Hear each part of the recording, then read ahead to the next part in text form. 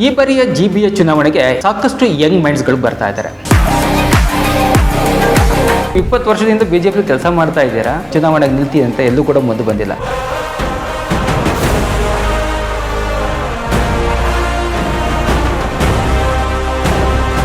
BJP ರಾಷ್ಟ್ರೀಯ ಅಧ್ಯಕ್ಷ ಬಂದಿದ್ರು, ಏನೆಲ್ಲ ಚರ್ಚೆಗಳಾಯಿತು ಈ GBAಗೆ ಸಂಬಂಧಪಟ್ಟ ಹಾಗೆ? ಎಲ್ಲರೂ ಒಟ್ಟಾಗಿ ಕೆಲಸ ಮಾಡೋಣ, GBA ಚುನಾವಣೆನೂ ಮಾಡ್ತೀವಿ, ಅದಕ್ಕೂ ರೆಡಿಯಾಗಿ ಅಂತ ಹೇಳಿದ್ದಾರೆ. ಬಿಜೆಪಿ ಕಾರ್ಯಕರ್ತನಾಗಿ ಪ್ರಧಾನಿ ಮೋದಿ ಅವರನ್ನು ಭೇಟಿ ಮಾಡ್ತೀರಿ, ಹೇಗಿತ್ತು ಆ ಕ್ಷಣ? ಒಬ್ಬ ಸಾಮಾನ್ಯ ಬಿಜೆಪಿ ಕಾರ್ಯಕರ್ತನಿಗೆ ಅವಕಾಶ ಮಾಡಿಕೊಟ್ಟಂತ ಪಕ್ಷ ನಮ್ಮ ಪಕ್ಷ. ಅವರ ಮಾರ್ಗದರ್ಶನ, ಅವ್ರನ್ನ ನೋಡಿದ್ರೆ ನಮಗೆ ಒಂದು ಉತ್ಸಾಹ ಮತ್ತು ಪ್ರೋತ್ಸಾಹನೆ, ನಮಗೊಂದು ಖುಷಿ ಅವ್ರನ್ನ ಭೇಟಿ ಮಾಡಕ್ಕೆ ಒಂದು ಅವಕಾಶ ಆಯಿತು. ವಿಜಯೇಂದ್ರ ಅವರು ಹೇಗೆ ಯುವಕರನ್ನ ಅವ್ರ ಜೊತೆಗೆ ತಗೊಂಡು ಹೋಗ್ತಾ ಇದ್ದಾರೆ ಅಂತ ಅನ್ಸುತ್ತೆ? ನಮಗೆಲ್ಲ ಒಂದು ಮಾರ್ಗದರ್ಶನ, ಸಿಂಪಲ್ ಮ್ಯಾನ್ ತರ ನಮ್ಮನ್ನ ಬಂದು ಮಾತಾಡಿಸಿ ಆಸ್ ಎ ಕ್ಯಾಶುವಲ್ ಟಾಕ್ ಮಾಡ್ತಾ ಅಂತ ಲೀಡರ್ಸ್ ಇರೋದು ನಮಗೆ it is a very good sign for youths to come up in the future days. ಇನ್ನು ಆರ್ ಅಶೋಕ್ ಅವರು ಯಾವತ್ತಾರು ಅವ್ರ ಜೊತೆ ಹೋಗಿ ಸಲಹೆಗಳನ್ನು ಕೇಳಿದ್ದೀರಾ, ನಿಮ್ಗೆ ಗೈಡ್ ಮಾಡಿದಾರಾ? ಕನಕಪುರದ ಬಂಡೆ DK ಶಿವಕುಮಾರ್ ಅವರಾದ್ರೆ, ಆರ್ ಅಶೋಕ್ ಅವರು ಬೆಂಗಳೂರಿನ ಭದ್ರಕೋಟೆ. ಇನ್ನು ನಿಮ್ಮ ಮಾವನವರು ಯಾವ ರೀತಿಯಾಗಿ ನಿಮ್ಗೆ ಟೀಚ್ ಮಾಡ್ತಾ ಇದ್ದಾರೆ, ಯಾವ್ಯಾವ ಪಟ್ಟುಗಳನ್ನು ಹಾಕಬೇಕು ಚುನಾವಣೆಯಲ್ಲಿ ಅಂತ ಏನಾದ್ರು ಹೇಳ್ಕೊಡ್ತಾರೆ, ಕಿವಿ ಮಾತು ಹೇಳ್ತಾರೆ? ಮಿಸ್ಡ್ ಕಾಲ್ ಮುನ್ರಾಜು ಅಂತಾರೆ ಅವ್ರನ್ನ. ಆ ತರ ಒಂದು ಶಾಸಕರು ಜನರಿಗೆ ಸಿಗೋದು ಬಹಳ ಕಡಿಮೆ. ಜನರ ಜೊತೆ ಇರಪ್ಪ, ಅದರಿಂದನೇ ಜನರು ನಿನ್ನ ಒಂದಿನ ಕಾರ್ಯಕರ್ತನಿಂದ ಮುಖಂಡ ಮಾಡ್ತಾರೆ, ಮುಖಂಡನಿಂದ ಅವಕಾಶ ಸಿಗುತ್ತೆ ಅಂತ.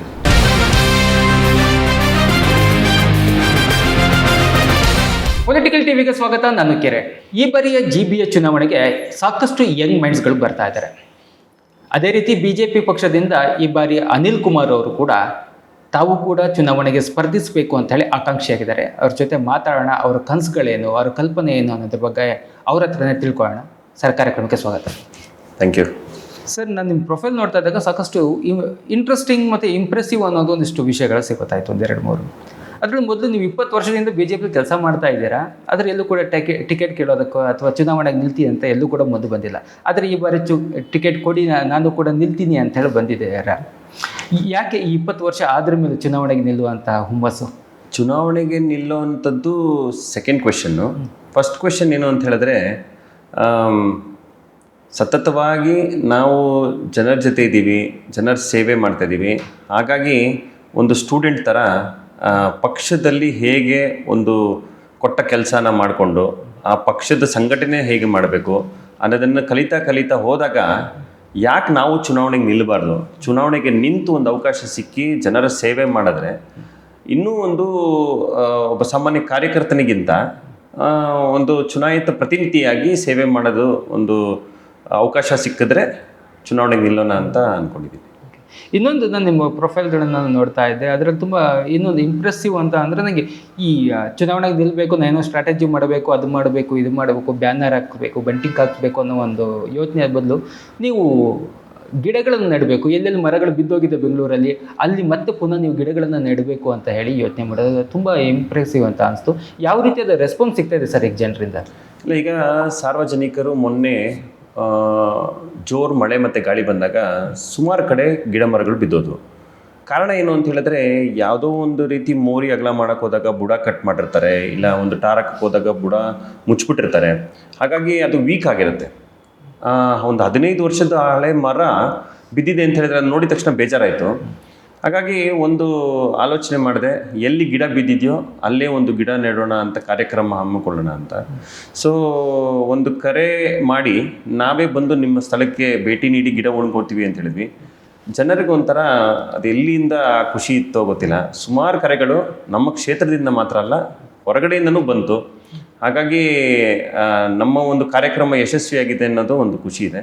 ಸೊ ಈಗಾಗಲೇ ನಾವು ಸತತವಾಗಿ 4 ದಿನದಿಂದ ಸುಮಾರು ಕಡೆ ಗಿಡಗಳನ್ನ ನೆಟ್ಟು ಸಕ್ಸಸ್ಫುಲ್ ಕಾರ್ಯಕ್ರಮ ಆಗಿ ರೂಪಿಸಿದ್ದೀವಿ. ಇನ್ನು ನೀವು 20 ವರ್ಷದಿಂದ BJP ಕೆಲಸ ಮಾಡ್ತಾ ಇದ್ದೀರಾ. ನೀವು ಲೋಕಸಭೆ ಚುನಾವಣೆ, ವಿಧಾನಸಭೆ ಚುನಾವಣೆ ಎಲ್ಲ ನೋಡಿದರೆ BJP ನಿಮ್ಮನ್ನು ಒಂದು ಲೀಡರ್ ಆಗಿ ಹೇಗೆ ಬೆಳೆಸ್ತಾ ಇದೆ? ನಾನು ಒಬ್ಬ ಸಾಮಾನ್ಯ BJP ಕಾರ್ಯಕರ್ತನ ಕೆಲಸ ಏನು ಎಕ್ಸ್ಪೆಕ್ಟೇಷನ್ ಇಟ್ಕೋಬಾರ್ದು. ಸತತವಾಗಿ ನೀನು ಕೆಲಸ ಮಾಡ್ತಾರೋ ಪಕ್ಷ ನಿನ್ನನ್ನು ಎಲ್ಲಿದ್ರೂ ಗುರುತಿಸುತ್ತೆ, ಯಾವುದೋ ಒಂದು ರೀತಿಯಲ್ಲಿ ನಿನ್ನನ್ನು ಬೆಳೆಸುತ್ತೆ. ಹಾಗಾಗಿ ನಾವು ಕಾಯಬೇಕು, ಎಲ್ಲದಕ್ಕೂ ಒಂದು ತಾಳ್ಮೆ ಇರಬೇಕು. ಹಾಗಾಗಿ ನಾನು ತಾಳ್ಮೆಯಿಂದ ನನ್ನ ಕೆಲಸ ಮಾಡ್ಕೊಂಡು ಹೋಗ್ತಾ ಇದ್ದೀನಿ. ಈಗ ಹೇಳ್ತಾರಲ್ಲ, ಕಾರ್ಯ ನೀನು ಮಾಡು, ಫಲ ದೇವ್ರು ಕೊಡ್ತಾರೆ ಅಂತ DK ಶಿವಕುಮಾರ್ ಯಾವಾಗಲೂ ಹೇಳ್ತಾ ಇರ್ತಾರೆ. ಕಾರ್ಯ ನೀನು ಮಾಡು, ಫಲ ದೇವ್ರು ಕೊಡ್ತಾರೆ ಅಂತ. ಹಾಗಾಗಿ ದೇವ್ರ ಮೇಲೂ ಬರ ಹಾಕಿದ್ದೀವಿ, ಮುಂದಕ್ಕೆ ನೋಡೋಣ ಏನೇನು ಅವಕಾಶಗಳು ಕೊಡ್ತಾರೆ ಅಂತ. ಇನ್ನು ಪ್ರತಿಯೊಂದು ಕ್ಷೇತ್ರದಲ್ಲೂ ಚುನಾವಣೆ ನಿಲ್ಲುವಂಥ ಅಭ್ಯರ್ಥಿಗೆ ಅವರ ಕ್ಷೇತ್ರ ಹೀಗಿರಬೇಕು, ನಾನು ಹೀಗೆ ಮಾಡಬೇಕು ಅನ್ನೋದಿಷ್ಟು ಕನಸುಗಳಿರುತ್ತೆ. ಅದರಲ್ಲೂ ಹೊಸದಾಗಿ ಈ ಚುನಾವಣೆ ಎದುರಿಸ್ತಾ ಇರೋರಿಗೆ ಇನ್ನೂ ಜಾಸ್ತಿ ಆಸೆ ಆಕಾಂಕ್ಷೆಗಳಿರುತ್ತೆ. ನಿಮ್ಮ ಕ್ಷೇತ್ರಕ್ಕೆ, ನಿಮ್ಮ ವಾರ್ಡ್ಗೆ ಏನು ಕೆಲಸಗಳನ್ನ ಮಾಡಬೇಕು ಅಂತ ನೀವು ಅಂದ್ಕೊಂಡಿದ್ದೀರಾ? ಬೆಂಗಳೂರು ಸಿಟಿನಲ್ಲಿ ಒಬ್ಬ ಸಾರ್ವಜನಿಕ ಮನೆಯಿಂದ ಹೊರಗಡೆ ಹೋದಾಗ ಕೆಲಸಕ್ಕೆ ಹೋಗೋವಾಗ ಬೀದಿನಲ್ಲಿ ಒಂದು ಗುಂಡಿ ಇಲ್ಲದೆ ಇದ್ದರೆ ಸೇಫಾಗಿ ಮನೆಗೆ ಬರ್ತೀನಿ ಅನ್ನೋ ಒಂದು ಭಯ ಇಲ್ದಿರೆ ಬರೋ ಅಂಥ ಪರಿಸ್ಥಿತಿ ನಿರ್ಮಾಣ ಮಾಡಿಸ್ಕೊಡ್ಬೇಕು. ಕುಡಿಯೋ ನೀರಿರುತ್ತೆ. ಅದು ಬಿಟ್ಟು ಈಗ ನಾವು ವಿದೇಶಕ್ಕೆಲ್ಲ ಹೋಗ್ತೀವಲ್ಲ, ಅಲ್ಲಿ ನೋಡಿ ಹೇಗಿದೆ ಸ್ವಚ್ಛತೆ ಅಂತ ಹೇಳಿದ್ರೆ ಎಷ್ಟು ಸುಂದರವಾಗಿರುತ್ತೆ. ಇದೇ ನಾವೇ ಇಂಡಿಯನ್ಸ್ ಅಲ್ಲಿಗೆ ಹೋದಾಗ ಅದನ್ನು ಪಾಲಿಸ್ತೀವಿ, ಬಟ್ ಇಲ್ಲಿ ಬೆಂಗಳೂರಿನಲ್ಲಿ ನಾವು ಅದನ್ನು ಇಂಪ್ಲಿಮೆಂಟ್ ಮಾಡಿ ಅದೇ ರೀತಿ ನಾವು ನಮ್ಮ ಒಂದು ವಾರ್ಡ್ಗಾಗಲಿ ಕ್ಷೇತ್ರಕ್ಕಾಗಲಿ ಅಂಥ ಫೆಸಿಲಿಟಿನ ಕೊಡಬೇಕು ಅನ್ನೋ ಒಂದು ಆಲೋಚನೆ ಇಟ್ಕೊಂಡಿದ್ದೀನಿ. ಮುಂದಿನ ದಿನಗಳಲ್ಲಿ ಒಂದು ಅವಕಾಶ ಸಿಕ್ಕಿದ್ರೆ ಆ ನಿಟ್ಟಿನಲ್ಲಿ ಕೆಲಸ ಮಾಡ್ಬೋದು ಅಂದ್ಕೊಂಡಿದ್ದೀನಿ.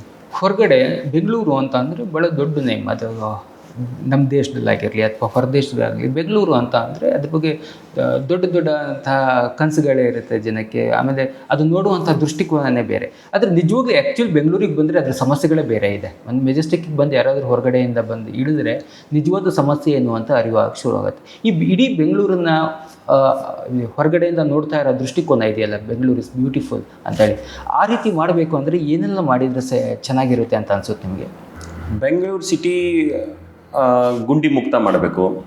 ಗಾರ್ಬೇಜ್ ಡಂಪಿಂಗ್ ಏನಾಗ್ತದೆ ಎಲ್ಲ ಒಂದು ಕಾರ್ನರ್ಸಲ್ಲಿ ಕೆಲವು ಗಾರ್ಬೇಜ್ ಡಂಪಿಂಗ್ ಆಗುತ್ತೆ, ಅದನ್ನೆಲ್ಲ ಡಂಪ್ ಮಾಡಿದರೆ ಕ್ಲಿಯರ್ ಆಗೋ ಥರ ಒಂದು ವ್ಯವಸ್ಥೆ ರೂಪಿಸ್ಕೊಡ್ಬೇಕು.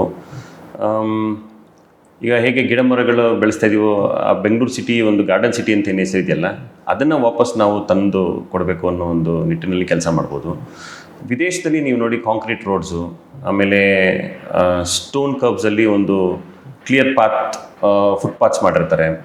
ಆಮೇಲೆ ಇವತ್ತಿನ ದಿನ ಬೆಂಗಳೂರು ಸಿಟಿನಲ್ಲಿ ಕೆಲವು ಸ್ಟ್ರೀಟ್ ವೆಂಡರ್ಸ್ ಇದ್ದಾರೆ, ಅವರು ಫುಟ್ಪಾತ್ನ ಎನ್ಕ್ರೋಚ್ ಮಾಡಿದರೆ ಸಾರ್ವಜನಿಕರಿಗೆ ಓಡಾಡೋಕ್ಕೂ ಅವಕಾಶ ಮಾಡಿಕೊಟ್ಟು ಒಂದೇ ಕಡೆ ಗುಂಪು ಹಾಕ್ಕೊಂಡು ಮಾಡೋದು ಬದಲು ಒಂದೊಂದು ಕಾರ್ನರ್ಸು ಎಲ್ಲೋ, ಯಾಕಂದರೆ ಅವ್ರಿಗೂ ಅದು ಒಂದು ಲೈಫ್ ಲೈನ್. ಸೊ ಅಂಥದ್ದನ್ನೆಲ್ಲ ನಾವು ಪ್ಲ್ಯಾನ್ ಮಾಡಿ ವ್ಯವಸ್ಥೆ ಮಾಡಿಕೊಡೋದು. ಹಾಗೆ ಕುಡಿಯೋ ನೀರಿನ ವ್ಯವಸ್ಥೆ ಇರುತ್ತೆ.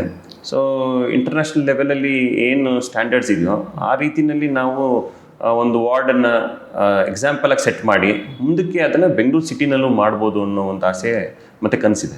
ಇನ್ನು ಬೆಂಗಳೂರಲ್ಲಿ ನಾವು ಸರಿಯಾದಂತಹ ಒಂದು ರಸ್ತೆ ಗುಡ್ಡಿನ ಮುಚ್ಚೋದಕ್ಕೆ ಆಗಲಿಲ್ಲ. ಇದ್ರ ಮಧ್ಯೆ ನಾವು ಬ್ರ್ಯಾಂಡ್ ಬೆಂಗಳೂರು ಅಂತ ಒಂದು ಕನಸು ಕಾಣ್ತಾ ಇದ್ದೀವಿ. ಇದಕ್ಕೆ ನೀವೇನು ಹೇಳ್ತೀರಾ? ಈ ರಸ್ತೆ ಗುಂಡಿಗಳ ಬಗ್ಗೆ ಅಧಿಕಾರಿಗಳಾಗಲಿ, ಸ್ಥಳೀಯ ಚುನಾಯಿತ ಪ್ರತಿನಿಧಿಗಳಾಗಲಿ, ಶಾಸಕರಾಗಲಿ ಅವರು ಒಂದು ಗಮನ ಕೊಟ್ಟು ಬೆಂಗಳೂರು ಸಿಟಿಗೆ ಬಂದ ತಕ್ಷಣ ಯಾರನ್ನ ಒಬ್ರು ನೋಡೋದು ಹೇಗಂತೆ ರೋಡ್ಸ್ ಹೇಗಿದೆ, it's a basic facility. So we can always try to improve it with better quality. Standards of quality improve ಆಗಿದ ತಕ್ಷಣ ನಮ್ಮಲ್ಲಿ ಲೈಫ್ ಜಾಸ್ತಿ ಬರೋ ಥರ ಕೆಲಸ ಮಾಡಿದ್ರೆ ಅದರಿಂದ over a period of time ಒಂದು ಟಾರ್ ರೋಡ್ ಆಗಲಿ ಇಲ್ಲ ಒಂದು ಕಾಂಕ್ರೀಟ್ ರೋಡ್ ಆಗಲಿ ಒಂದು 20-25 ವರ್ಷ ಆಗಿದೇ ಇರೋ ಥರ underground cables, BWSSP line, water line, ಆಮೇಲೆ ನೀಟ್ ಫುಟ್ಪಾತ್ಸು ವಿತ್ ಇಂಟರ್ಲಾಕ್ ಇಲ್ಲಾಂದರೆ ಸ್ಟೋನ್ ಕರ್ಬ್ಸು ಇಂಥವನ್ನೆಲ್ಲ ಹಾಕಿ ಪರ್ಮನೆಂಟ್ ಸ್ಟ್ರಕ್ಚರ್ ಮಾಡಿಕೊಟ್ರೆ ಬೆಂಗಳೂರು ಸಿಟಿನೂ ಇನ್ನೂ ಬ್ಯೂಟಿಫುಲ್ಲಾಗಿ ಕಾಣುತ್ತೆ. ಅಲ್ಲ, ಈ ಫ್ರೀ ಬೀಸ್ ಎಲ್ಲ ಕೊಡದೇ ಇದ್ದರೆ ನಮ್ಮ ಬೆಂಗಳೂರನ್ನು ಬ್ರ್ಯಾಂಡ್ ಬೆಂಗಳೂರು ಮಾಡ್ಬೋದು. ನಮ್ಮ ಬೆಂಗಳೂರಿನಲ್ಲಿ ಬರೋಷ್ಟು ಫಂಡ್ಸು ಯಾವ ಸಿಟಿನಲ್ಲೂ ಬರಲ್ಲ. ನಮ್ಮ ಕರ್ನಾಟಕ ಯಾಕೆ ಫ್ರೀ ಸ್ಕೀಮ್ಸ್ ಕೊಟ್ಟರು ತಡ್ಕೊತಾ ಇದ್ದಾರೆ ಅಂತ ಹೇಳಿದ್ರೆ ನಮ್ಮಲ್ಲಿ ಕಲೆಕ್ಷನ್ಸ್ ಆ ಥರ ಇದೆ, ರೆವಿನ್ಯೂ ಕಲೆಕ್ಷನ್ ಆ ಥರ ಇದೆ. IT-BT ಈಗ ನಮ್ಮಲ್ಲಿ ನೀವು ಉತ್ತರ ಭಾರತಕ್ಕೆ ಹೋಗಿ ನೋಡೋದಕ್ಕಿಂತ ದಕ್ಷಿಣ ಭಾರತದಲ್ಲಿ ಹೈದರಾಬಾದ್ ಆಗಲಿ ಬೆಂಗಳೂರಲ್ಲಿ ಯಾಕೆ ಈ ಮಟ್ಟಿಗೆ ಬೆಳೆದಿದೆ ಅಂತ ಹೇಳಿದ್ರೆ ನಮ್ಮಲ್ಲಿ IT-BT ಒಂದು ಹಬ್ ಕ್ರಿಯೇಟ್ ಆಗಿ ಇಲ್ಲಿನ ರೆವಿನ್ಯೂ ಜನ್ರೇಷನ್ಸು, ಟ್ಯಾಕ್ಸು, ತೆರಿಗೆ ಎಲ್ಲ ಅತಿ ಹೆಚ್ಚು ಸಂಖ್ಯೆಯಲ್ಲಿ ನಮಗೆ ಬಂದು ಸೇರ್ತಾ ಇದೆ. ಅದನ್ನೆಲ್ಲ ನಮ್ಮ ಬೆಂಗಳೂರು ಸಿಟಿ ಡೆವಲಪ್ಮೆಂಟಿಗೆ ಯೂಸ್ ಮಾಡಬೇಕು. ಚುನಾವಣೆ ಮಾಡದೆ ಹೋದರೆ ಸಾರ್ವಜನಿಕವಾಗಿ ನಾವೇ ಅದನ್ನು ಕಷ್ಟ ಸುಖಗಳನ್ನ ಆಲಿಸ್ತಾ ಇರೋದು. ಆ ಸಮಯದಲ್ಲಿ ನಾವು ರೆಪ್ರೆಸೆಂಟ್ ಮಾಡೋಕ್ಕೆ ನಮಗೆ ಹೇಳಕ್ಕೆ ಒಂದು ವಾಯ್ಸ್ ಇರಬೇಕು ಅಂದರೆ ನಾವು ಅಧಿಕಾರದಲ್ಲೂ ಇರಬೇಕಲ್ಲ. ಈಗ ಶಾಸಕರು ಅಂತ ಒಬ್ಬರನ್ನ ನಾವು ನೇಮಿಸಿದ್ದೀವಿ, ಗೆಲ್ಸಿದ್ದಾರೆ ಜನ, ಅವರಿಗೆ ನಾವು ಕೈ ಜೋಡಿಸ್ಬೇಕು ಅಂತ ಹೇಳಿದ್ರೆ ನಮ್ಮಂಥವ್ರು ಏನೊಂದು ಈಗ ದಾಸರಳ್ಳಿ ಕ್ಷೇತ್ರದಲ್ಲಿ ಒಂದು 18 ವಾರ್ಡ್ ಆಗಿದೆ, 18 ಜನ ಕೈ ಜೋಡಿಸಿದ್ರೆ ಯೋಚನೆ ಮಾಡಿ ಅದರ ಬಲ ಹೆಂಗಿರುತ್ತೆ. ಕೆಲಸಗಳು ಬೇಕಾಗತ್ತೆ ಅನ್ನೋದೊಂದು ಸಮಸ್ಯೆಗಳನ್ನು ಬೇಗ. ಹೌದು. ಇನ್ನು ಬೆಂಗಳೂರಂಥ ಸಿಟಿಗಳಿಗೆ ಸರಿಯಾದ ಟೈಮ್ಗೆ ಎಲೆಕ್ಷನ್ಗಳು ಆಗದೇ ಇದ್ದರೆ, ಜನಪ್ರತಿನಿಧಿಗಳು ಇಲ್ಲದೇ ಇದ್ದರೆ ಸ್ವಲ್ಪ ಸಮಸ್ಯೆಗಳು ಜಾಸ್ತಿ ಆಗುತ್ತೆ ಅಂತ ಅನ್ಸುತ್ತೆ ನಿಮಗೆ? ಬೆಂಗಳೂರು ಸಿಟಿಗೆ 10 ವರ್ಷ ಇಂದ ಒಬ್ಬ ಪ್ರತಿನಿಧಿ ಕಾರ್ಪೊರೇಟರ್ ಅನ್ನೋರು ಇಲ್ಲ. ಸೊ 5 ವರ್ಷ ಆಗಿದೆ ಚುನಾವಣೆಯಾಗಿ. ಅಧಿಕಾರಿಗಳು ಯಾವತ್ತಿದ್ರೂ ಒಂದು ವರ್ಷ ಅವರು ಒಂದು ವರ್ಷ ಇಲ್ಲ ಒಂದು 3 ವರ್ಷ ಒಂದು ಆಫೀಸ್ನಲ್ಲಿ ಬಂದಿರ್ತಾರೆ. ಅದಾದಮೇಲೆ ಅವ್ರನ್ನ ಬೇರೆ ಕಡೆ ವರ್ಗಾವಣೆ ಮಾಡ್ತಾರೆ. ಅವರಿಗೆ ಸ್ಥಳೀಕರ ಪರಿಚಯ ಇರೋದಿಲ್ಲ. ಅದೇ ಒಬ್ಬ BJP ಕಾರ್ಯಕರ್ತನೋ ಇಲ್ಲ ಯಾವುದೇ ಒಂದು ಪಕ್ಷದ ಕಾರ್ಯಕರ್ತ ಆಗಲಿ, ಅವನಿಗೇನಾಗುತ್ತೆ, ಒಂದು ಅವಕಾಶ ಸಿಗದೆ ಈ GBA ಚುನಾವಣೆ. ಅವನು ಸ್ಥಳೀಯವಾಗಿ ಜನರ ಸಮಸ್ಯೆ ಕುಂದುಕೊರತೆಗಳನ್ನ ಸತತವಾಗಿ ಕೇಳ್ಕೊಳ್ತಾ ಬರ್ತಾ ಅದಕ್ಕೆ ಸಮಸ್ಯೆಗಳಿಗೆ ಒಂದು ಸೊಲ್ಯೂಷನ್ ಕೊಡ್ತಾ ಬರ್ತಾ ಇರ್ತಾರೆ. ಹಾಗಾಗಿ ಒಂದು ಚುನಾವಣೆ ಆದರೆ ಆ ಪ್ರತಿನಿಧಿಗೆ ಜನರ ಸಮಸ್ಯೆನ ಇನ್ನೂ ಈಸಿಯಾಗಿ ಆಲಿಸೋದಕ್ಕೆ ಒಂದು ಅವಕಾಶ ಆಗುತ್ತೆ. ಹಾಗಾಗಿ ಚುನಾವಣೆ ಆಗಬೇಕು ಅಂತ ನಮ್ಮ ಆಸೆ. ಜನಪ್ರತಿನಿಧಿಗಳು ಅದೇ ಕ್ಷೇತ್ರದವರಾಗಿರುತ್ತೆ, ಅವ್ರಿಗೆ ಗೊತ್ತಿರುತ್ತೆ ಏನೇನು ಸಮಸ್ಯೆಗಳಿರುತ್ತೆ ಅಂತ ಹೇಳಿ, ಆದರೆ ಅಧಿಕಾರಿಗಳಿಗೆ ಗೊತ್ತಿರುತ್ತೆ ಹೀಗಾಗಿ ಚುನಾವಣೆ ಆಗಬೇಕು ಅಂತ. ಜನಪ್ರತಿನಿಧಿಗಳಿಗಾದರೆ ಅಲ್ಲಿನ ಸ್ಥಳೀಯ ಸಮಸ್ಯೆಗಳು ಗೊತ್ತಿರುತ್ತೆ, ಆದರೆ ಅಧಿಕಾರಿಗಳಿಗೆ ಅದರ ಬಗ್ಗೆ ಮಾಹಿತಿ ಇರಲ್ಲ. ಹಾಗಾಗಿ ಚುನಾವಣೆ ನಡೆದರೆ ಒಳ್ಳೆಯದು ಅಂತ ಅನ್ಕೊತೀನಿ. BJP ರಾಷ್ಟ್ರೀಯ ಅಧ್ಯಕ್ಷ ಬಂದಿದ್ದರು, ಏನೆಲ್ಲ ಚರ್ಚೆಗಳಾಯಿತು ಈ GBAಗೆ ಸಂಬಂಧಪಟ್ಟ ಹಾಗೆ? ಏನೆಲ್ಲ ಎಲೆಕ್ಷನ್ ಯಾವ ರೀತಿಯಾಗಿ ಪ್ರಿಪೇರ್ ಆಗಬೇಕು ಅಂತ ಸೂಚನೆ ಕೊಟ್ಟಿದ್ದಾರೆ? ಇಲ್ಲ, ಅವರು ಒಂದು ಕಾರ್ಯಕ್ರಮನ ಇಟ್ಕೊಂಡಿದ್ರು. ಅವರು ಹಯಾತ್ ಸೆಂಟ್ರಿಕ್ ಹೋಟೆಲ್ನಲ್ಲಿ. ಅವತ್ತು ನಮ್ಮ ರಾಷ್ಟ್ರೀಯ ಅಧ್ಯಕ್ಷರಾದ ನಿತಿನ್ ನಬೀನ್ ಅವರು, ರಾಜ್ಯ ಅಧ್ಯಕ್ಷರಾದ ವಿಜೇಂದ್ರ ಅವರು ಹಾಗೂ ನಮ್ಮ ಯುವ ಮೋರ್ಚಾ ರಾಷ್ಟ್ರೀಯ ಅಧ್ಯಕ್ಷರಾದ ತೇಜಸ್ವಿ ಸೂರ್ಯ ಅವರು ಉಪಸ್ಥಿತರಿದ್ದರು. ಆ ಕಾರ್ಯಕ್ರಮ ಏನು ಅಂತ ಹೇಳಿದ್ರೆ, ಯುವಕರು ಉದ್ಯಮಿಗಳು ಆಗಿರೋಂಥವ್ರನ್ನ ಕರೀರಿ, ನಾನು ಅವರ ಒಪಿನಿಯನ್ನ ತಿಳ್ಕೊಬೇಕು ಅಂತ ಹೇಳಿದ್ರು. ನಿತಿನ್ ನಬೀನ್ ಅವರ ಆ ಒಂದು ಕಾರ್ಯಕ್ರಮ ನಮ್ಮಲ್ಲಿ ಒಂದು ಶಕ್ತಿ ಮತ್ತು ಪ್ರೋತ್ಸಾಹ ಯಾಕೆ ನೀಡಿತು ಅಂತ ಹೇಳಿದ್ರೆ, ಅವ್ರು ಮಾತಾಡೋದಕ್ಕಿಂತ ನಮಗೆ ಅವಕಾಶ ಕೊಟ್ಟರು. ನಾನು ಮಾತಾಡಿದೆ.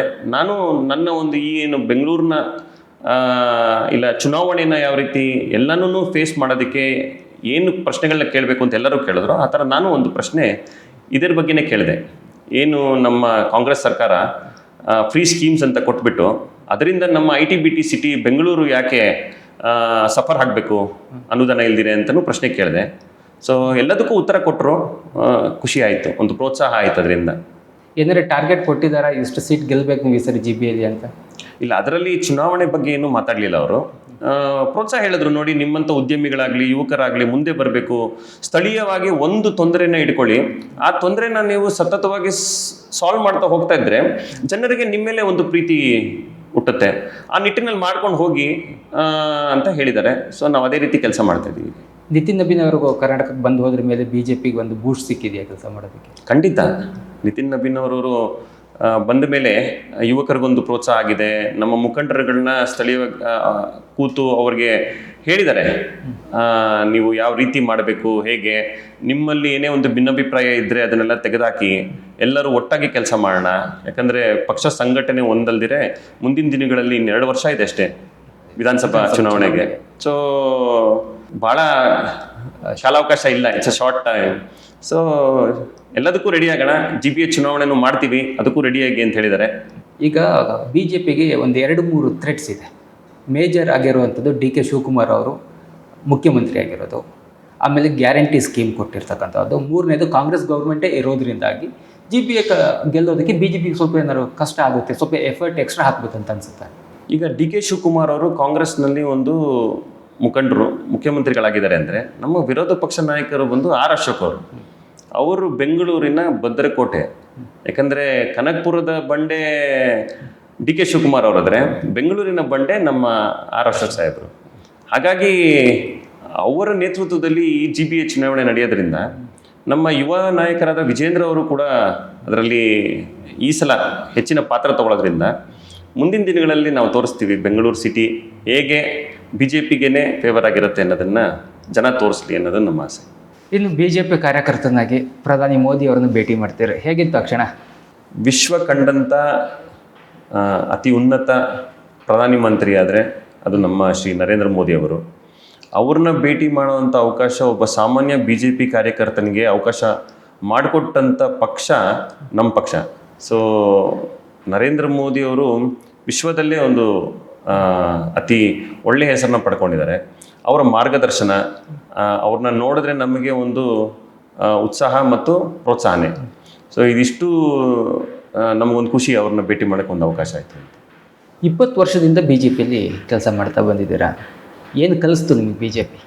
ನಮ್ಮ ಪಕ್ಷ ಒಂದು ಶಿಸ್ತಿನ ಪಕ್ಷ. ಬಿ ಜೆ ಪಿ ಪಾರ್ಟಿನಲ್ಲಿ ಹಂತವಾಗಿ ಒಂದು ಕೆಲಸ ಕೊಟ್ಕೊಬರ್ತಾರೆ, ನಮ್ಮನ್ನು ಪ್ರಿಪೇರ್ ಮಾಡುತ್ತೆ. ಇದು ಒಂಥರ ನಾವು ಸ್ಟೂಡೆಂಟ್ಸ್ ಇದ್ದಂಗೆ, ಸ್ಟೂಡೆಂಟ್ಸ್ನ ಎಕ್ಸಾಮ್ ಬರೆಯೋಕ್ಕೆ ಹೇಗೆ ಟ್ರೈನ್ ಮಾಡಬೇಕು ಆ ರೀತಿ ಹಂತವಾಗಿ ಟ್ರೈನಿಂಗ್ ಕೊಡ್ತಾ ಬರುತ್ತೆ.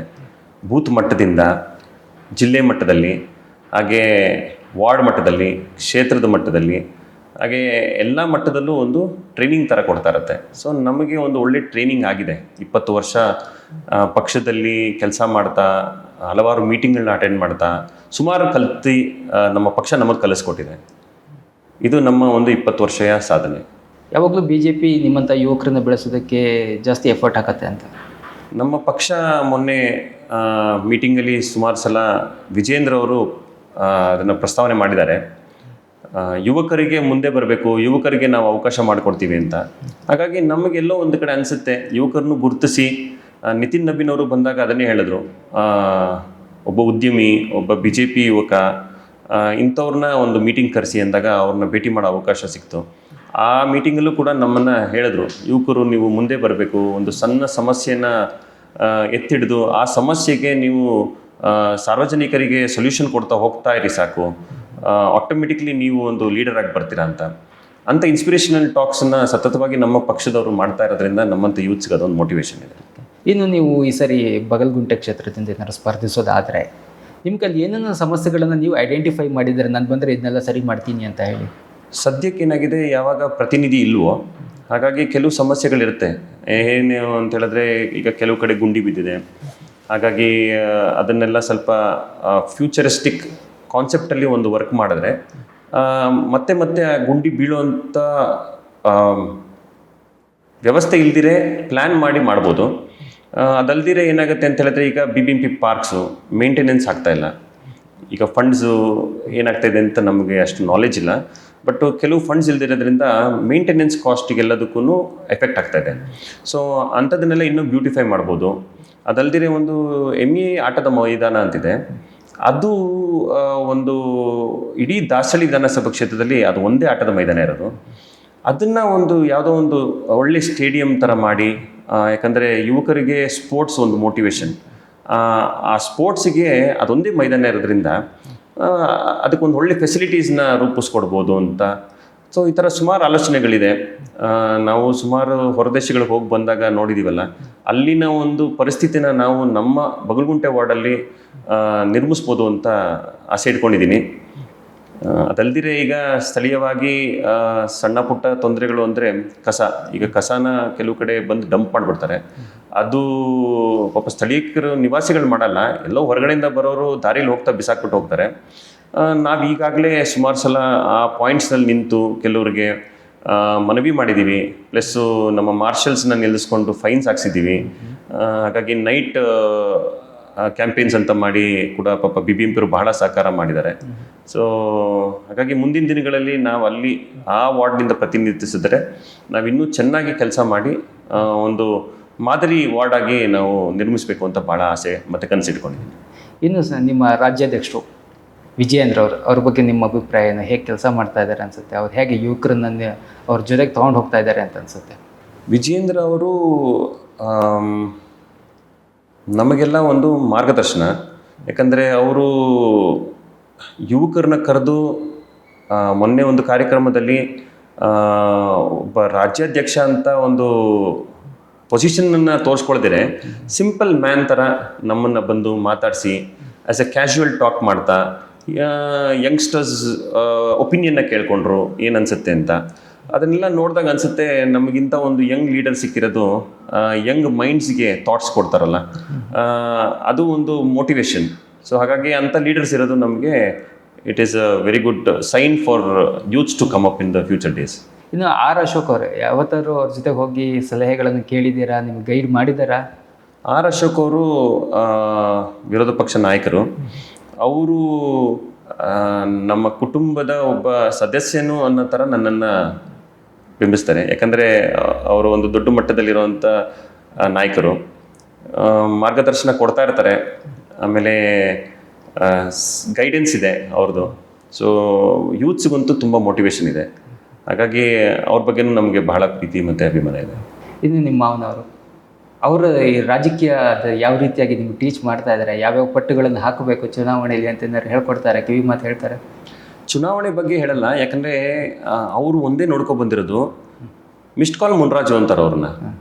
ಈಗ ತಾವು ಸುಮ್ಮನೆ ಮೊಬೈಲ್ ತೊಗೊಂಡು ಫೋನ್ ಮಾಡಿ ಬ್ಯುಸಿ ಇದ್ದರೆ ಮಿಸ್ ಮಾಡಿದರೆ ನಿಮಗೆ ವಾಪಸ್ ಫೋನ್ ಮಾಡ್ತಾರೆ. ಆ ಥರ ಸುಮಾರು ಹೆಸರುಗಳಿದೆ. ಆ ಥರ ಒಂದು ಶಾಸಕರು ಜನರಿಗೆ ಸಿಗೋದು ಭಾಳ ಕಡಿಮೆ. ಜನರ ನೀವು ನಿರಂತರ ಸಂಪರ್ಕ ಇಟ್ಕೊಂಡಿರೋದು. ನಿರಂತರ ಸಂಪರ್ಕ. ಜನರು ಅಷ್ಟು ಈಸಿಯಾಗಿ ಒಬ್ಬ ಶಾಸಕರನ್ನ ಮುಂಚೆ ದಿನಗಳಲ್ಲಿ ನೀವು ನೋಡ್ಬೋದು, ಶಾಸಕರು ಅಷ್ಟು ಈಸಿಯಾಗಿ ಸಿಗ್ತಾ ಇರಲಿಲ್ಲ. ಇವರು ಎನಿ ಟೈಮ್ ಪಬ್ಲಿಕ್ ಸರ್ವಿಸ್ ನಲ್ಲೇ ಇದ್ದಾರೆ. ಅವ್ರು ಹೇಳೋದು ಚುನಾವಣೆ ಹೆದರಿಸೋದು ಆ ನಿಟ್ಟಿನಲ್ಲೆಲ್ಲ ಮಾತಾಡಲ್ಲ. ನಮಗೆ ಯಾವುದೇ ಸ್ಥಳೀಯ ಸಮಸ್ಯೆ ಇದ್ದರೆ ಕೆಲವನ್ನ ಅವ್ರು ಅಟೆಂಡ್ ಮಾಡೋಕ್ಕಾಗದೇ ಇದ್ದಾಗ ಇಂಥ ಕಡೆ ಹೋಗಪ್ಪ, ಇಂಥದ್ದು ಮಾಡು, ಇದೆ ಅಂತ ಗೈಡೆನ್ಸ್ ಕೊಟ್ಟಿದ್ದಾರೆ. ಅದರಿಂದ ನಾವು ಭಾಳ ಕಲ್ತಿದ್ದೀವಿ. ಅದು ನಮಗೆ ಎಕ್ಸ್ಪೀರಿಯನ್ಸ್ಗೆ ಆ್ಯಡ್ ಆಗಿದೆ. ಚುನಾವಣೆ ಗೆಲ್ಲಕ್ಕೆ ಬೇಕಾಗಿರೋದು ಸ್ಟ್ರಾಟಜಿ ಎಲ್ಲ ಜನರ ಜೊತೆಗಿರೋದು ನಿರಂತರ ಸಂಪರ್ಕ ಮಾತ್ರ. ಸರಿಯಾದ ಮಾತು. ಜನರ ಜೊತೆ ನಿರಂತರ ಸಂಪರ್ಕ ಇದ್ದರೆ ಸಾಕು. ಚುನಾವಣೆ ಅನ್ನೋದು 5 ವರ್ಷಕ್ಕೊಂದ್ಸಲ ಬರುತ್ತೆ, ಬಟ್ ನಿರಂತರವಾಗಿ ಜನರ ಜೊತೆ ಇದ್ದಾಗ ಅದಕ್ಕಿಂತ ನಮಗೆ ಒಂದು ಕ್ಯಾಂಪೇನ್ ಆಗಲಿ ಪಬ್ಲಿಸಿಟಿ ಆಗಲಿ ಸಿಗಲ್ಲ ಅನಿಸುತ್ತೆ. ನಿಮ್ಮ ಅವನರಿಂದ ಇದೇ ದೊಡ್ಡ ಲೆಸನ್ ನಿಮಗೆ. ಇದೇ ದೊಡ್ಡ ಲೆಸನ್. ಜನರ ಜೊತೆ ಇರಪ್ಪ, ನೀನು ಜನರಿಗೆ ಏನು ಸೇವೆ ಮಾಡ್ತಾ ಹೋಗ್ತಾ ಇರ್ತೀಯ, ಅವ್ರು ಏನು ಸಮಸ್ಯೆಗಳನ್ನ ಆಲಿಸ್ತಾ ಇರ್ತೀಯ, ಅದರಿಂದನೇ ಜನರು ನಿನ್ನನ್ನು ಒಂದಿನ ಕಾರ್ಯಕರ್ತನಿಂದ ಮುಖಂಡನಿಂದ ಅವಕಾಶ ಸಿಗುತ್ತೆ ಅಂತ. ಇದಿಷ್ಟು ಅನಿಲ್ ಅವರ ಮಾತಾಗಿತ್ತು.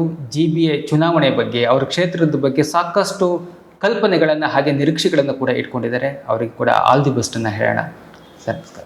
Thank you.